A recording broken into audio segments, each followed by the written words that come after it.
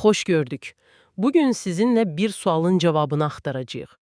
İtləri biz yaratmışıq, yoxsa onlar bizi? Bu çox dərin bir sualdır. Sizə təqdim etdiyiniz it ensiklopediyasına əsaslanaraq, canavarların düşərgə kənarındakı kölgələrdən yatağımızın baş ucuna necə gəldiyini araşdıracağıq. Və bu yolda hər iki tərəfin necə dəyişdiyini, çünki bu tərəfdaşlıq təkcə itləri dəyişməyib, həm də bizim özümüzü, bizim sivilizasiyamızı dəyişib. Gəlin, elə başlanğıcdan başlayaq. Necə oldu ki, vəhşi, müstəqil bir canavar bizim ən sadiq dostumuza çevrildi? Bu həmişə mənə biraz sirli gəlib. Əslində, proses düşündüyümüzdən daha təbii başlayıb. Təsəvvür edin, qədim ovçu yığıcı düşərgələri. İnsanlar ovdan sonra qalanları atırlar. Sürülərində isə həmişə daha cəsarətli, daha az qorxan fərdlər olur. Yəni, sürüdəki hər canavar eyni deyil. Qətiyyən, məhz həmin o daha cəsarətli canavarlar düşərgələrə yaxınlaşmağa risk edir və asan yemək əldə edirlər. Bu da onlara sağ qalmaq üçün bir üstünlük verir. Deməli, biz onları seçməmişik, ən cəsarətli canavarlar özləri bizi seçib. Bu bir növ təbii seleksiya kimi səslənir. Tamamilə. Bu, sağ qalmağın ən uyğun yolu idi. Nəsillər keçdikcə, insanlara daha tolerant olan bu canavarlar daha çox çoxalır və zamanla onların genetikası dəyişməyə başlayır. Başa düşdüm. Onlar təkcə qida üçün yaxınlaşmır, həm də insanların təmin etdiyi təhlükəsizlikdən faydalanırdılar.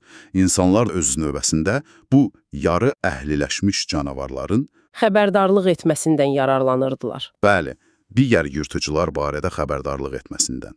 Beləcə, qarşılıqlı faydaya əsaslanan bir tərəfdaşlıq yaranmışdı. Məni ən çox heyrətləndirən budur ki, eyni başlanğıc nöqtəsindən canavardan həm bir qoyun sürüsünü qoruyan nəhəng Qafqaz çoban itinə, həm də əl çantasına sığan bir çixuaxuya necə gəlib çıxa bilmişik. Bu, təkamülün sanki sürətləndirilmiş versiyasıdır. Bəli, çünki təbii seleksiya bitdikdən sonra, belə deyək, süni seleksiya başladı. İnsanlar artıq müəyyən xüsusiyyətlərə malik itləri bilərəkdən cütləşdirməyə başladılar. Ən yaxşı ovçu, ən yaxşı keşikçi. Dəqiq olaraq. Hətta sadəcə ən yaxşı yoldaş olanları. Nəticədə bugün gördüyümüz o inanılmaz müxtəliflik yarandı. Canavara çox bənzəyən Sibir haskisindən tutmuş, qədim ovçunun görsəydi, bəlkə də nə olduğunu anlamayacağı bir pekinesə qədər. Bu müxtəliflik onların dünyanı hiss etmə tərzinə də təsir edir, elə deyilmi? Məsələn, biz dünyanı rənglərlə görürük, bəs onlar bizim gördüyümüzü görürlərmi? Bax, bu ən böyük yanlış anlamalardan biridir. Onlar dünyanı ax-qara görmürlər, amma bizim kimdə görmürlər. Onlar dixromatikdir. Dixromatik, yəni? Bu nə deməkdir? Təsəvvür edin ki, biz itimizə parlaq qırmızı bir top alırıq. Əslində o top özümüz üçün alırıq. İtiniz üçün o top sadəcə otların arasında palıd rəngdə bir ləkədir. Doğrudan, deməli o qırmızı rəngi seçmir. Seçmir. Onu rənginə görə yox, hərəkətinə və qoxusuna görə tapır. Bu, bizim itlər üçün nəzərdə tutulmuş dünyanı əslində nə qədər özümüzə görə dizayn etdiyimizin kiçik, amma mükəmməl bir nümunəsidir. Onlar üçün dünya daha çox mavi və sarı çalarlarından ibarətdir. Bu çox maraqlıdır. Deməli, itimiz üçün oyuncaq seçərkən rəngdən daha çox onun hərəkəti və ya səsi önəmlidir. Bəs eşitmə? Orada da bizdən fərqlidirlər yəqin ki. Həm də necə? Onlar bizdən 4 dəfə daha həssas eşidirlər. Amma burada da hər şey funksiya ilə bağlıdır, bilirsiniz. Məsələn, bir Alman çoban itinin o böyük, dik qulaqları təsadüfi deyil. Onlar peyk antenaları kimi işləyir. Ən zəif səsi belə tutub birbaşa qulaq kanalına yönəldir. Amma bir Basset Hound'un uzun, sallanan qulaqları isə tamamilə fərqli məqsədə xidmət edir. Mən həmişə o qulaqların sadəcə şirin görünmək üçün olduğunu düşünmüşəm. Şirin görünürlər əlbəttə, amma əsas funksiyaları başqadır. Basset Hound bir qoxu ovçusudur. O, başı aşağı yeriyərkən o uzun qulaqlar yeri sanki süpürür. Necə yəni süpürür? Yerdəki qoxu molekullarını qaldıraraq birbaşa burnuna doğru yönəldir. Yəni, hər qulaq forması bir funksiyadır. Qoxudan danışmışkən, onların əsl super gücü budur. Bizim üçün qoxu ikinci dərəcəlidir, amma onlar üçün əsas məlumat mənbəyidir. Bəli, və burada əsl super güc ortaya çıxır. Vameronazal orqan. Bunu onların gizli sosial şəbəkəsi kimi düşünün. Gizli sosial şəbəkə maraqlı bənzətmədir. Siz küçədə iki itin bir-birini iyilədiyini görəndə, onlar sadəcə salam demirlər. Onlar bir-birinin statusunu, sağlamlığını, qidalanmasını, hətta günlərinin necə keçdiyini oxuyan kimyavi bir CV mübadiləsi aparırlar. Ağla sığmazdı. Deməli, bütün bu məlumatlar bizim heç vaxt hiss etməyəcəyimiz bir qoxu dünyasında ötürülür. Tam olaraq. Və bu fərqliliklərə baxmayaraq, tarix boyu həyatımızın o qədər dərinliyinə nüfuz ediblər ki, hətta sənət əsərlərində belə özlərinə yer tapıblar. Əlbəttə. Məsələn, 11-ci əsrə aid məşhur Bayeux Goblenini götürək. Normanların İngiltərəni fəthindən bəhs edən bu nəhəng tikmədə təxminən 35 it təsvir olunub. 35. Bu, onların o dövrün həyatının ayrılmaz bir parçası olduğunu göstərir. Bəli, ov səhnələrinin gündəlik həyatın. Yüzillər sonra isə, məsələn, rəssam William Hogarth öz avtoportretini çəkəndə yanında sevimli Mopsiti Trump'ı təsvir edir. Bu artıq itin sadəcə bir funksional varlıq olmadığını göstərir. Həm də bir yoldaş, bir şəxsiyyət kimi qəbul edildiyini. Status simvolu kimi də istifadə olunublar, deyilmi? Mütləq. Məsələn, Titianın İmperator V. Karl'ın portretinə baxın. İmperator əlində böyük, güclü bir ov itinin cilovunu saxlayır. Bu təkcə onun ov həvəskarı olduğunu göstərmir. Həm də gücünü simvolizə edir. Bəli, onun gücünə, imperiyanı cilovlamaq qabiliyyətinə incə bir işarədir. Bu, məsələn, Kraliça Viktoriyanın dövründəki rəssam Sir Edwin Lanzerin sentimental it portretlərindən çox fərqlənir. O necə çəkirdi? Lanzer itləri daha çox sədaqət və fədakarlıq kimi Viktoriya dövrü dəyərlərinin təcəssümü kimi çəkirdi. Bu simvolizm bugün də davam edir, amma daha çox reklam lövhələrində. Məsələn, buldoqlar sığorta şirkətlərinin simvoluna çevrilib, güvən, möhkəmlik deməkdir. Düzdür. Və ya köhnə İngilis çoban iti. Hə, duluq iti. Çoxları onu cinsi ilə yox, elə bu adla tanıyır. Bəli, beynəlxalq boya markasının simvolu olub. Amma bu cinsin hekayəsi təkcə reklamla bitmir. Bu itlər əslində çoban itləridir. Lakin onların o uzun, gür tükləri bilirsiniz, inanılmaz dərəcədə qulluq tələb edir. Yəni, o gözəl görünüşün arxasında böyük zəhmət var. Əgər müntəzəm daranmasa, tüklər bir-birinə dolaşaraq keçə kimi olur və bu it üçün çox ağrılı ola bilir.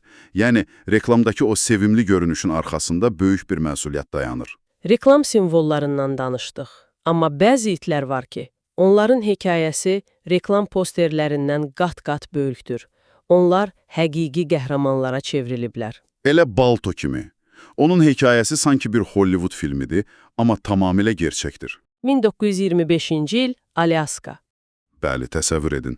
Alyaskanın kimsəsiz, buzlu düzənlikləri, Nom qəsəbəsi difteriya epidemiyası ilə üz-üzədir və yeganə xilas yolu yüzlərlə kilometr uzaqlıqdakı peyvənddir. Və hava şəraiti dəhşətlidir. Təyyarələr uça bilmir, hava isə insanı donduran bir çovundur. Bütün ümidlər bir itxisəyi komandasına qalır. Və o komandanın önündə gedən isə Balto adlı bir Sibir haskisidir. O, bütün yolu tək başına getməyib. Bu bir estafet olub, deyilmi? Amma son ən çətin mərhələni o tamamlayıb. Bəli, son 85 kilometri ən şiddətli çovğunda demək olar ki, tam qaranlıqda o qət edib və dərmanı çatdırıb. Bu təsadüfi bir qəhrəmanlıq deyil. Cinsinin xüsusiyyətləri ilə bağlıdır. Əlbəttə, haskilər min illərdir ki, məhz belə sərt şəraitdə dözüllülük, komanda işi və orientasiya qabiliyyəti üçün yetişdirilib.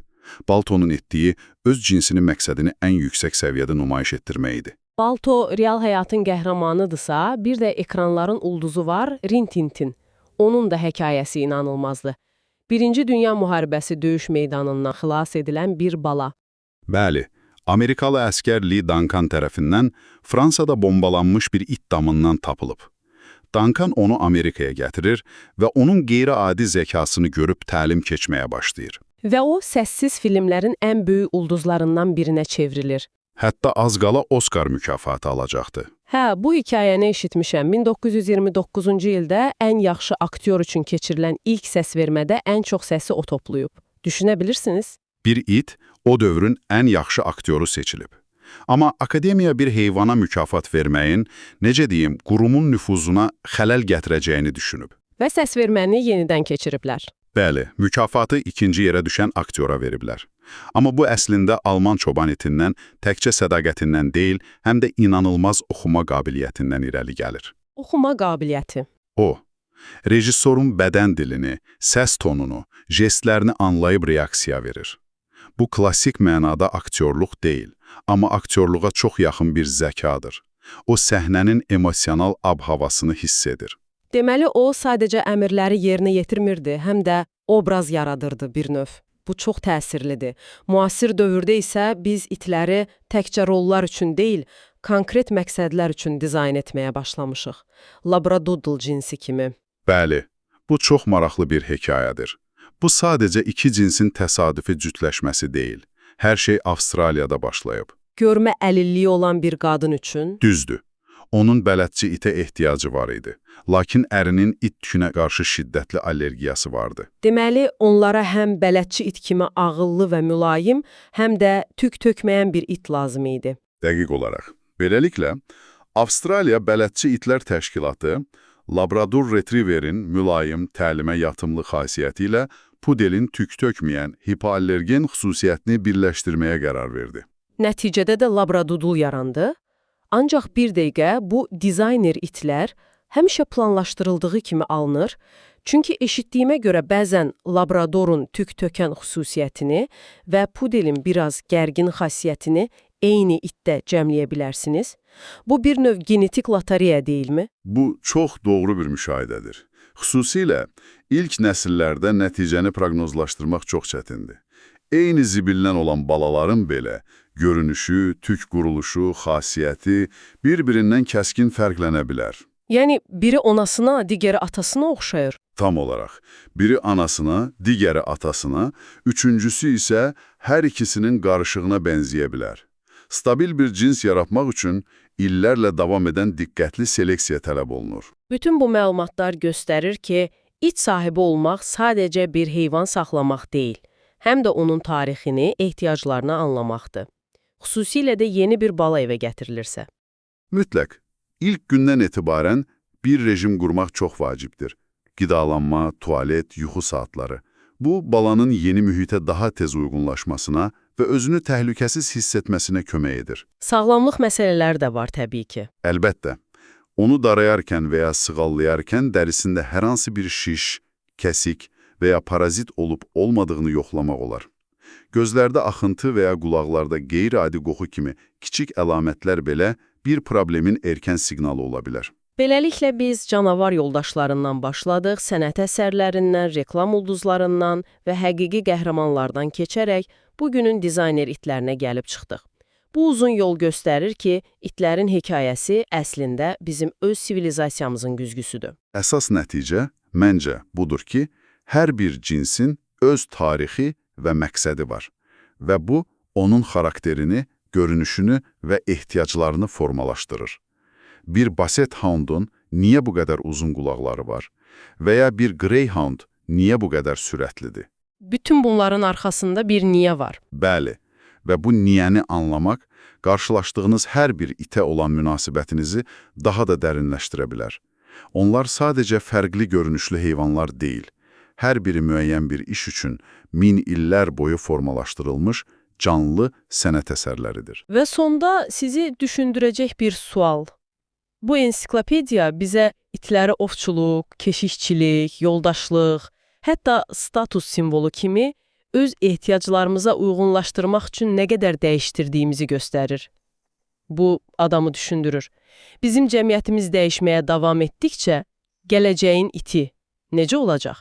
Rəqəmsal dünyada daha çox vaxt keçirdiyimiz, daha kiçik evlərdə yaşadığımız bir dövrdə biz onlardan daha hansı yeni rollar oynamalarını istəyəcəyik və bu, onları necə dəyişdirməyə davam edəcək?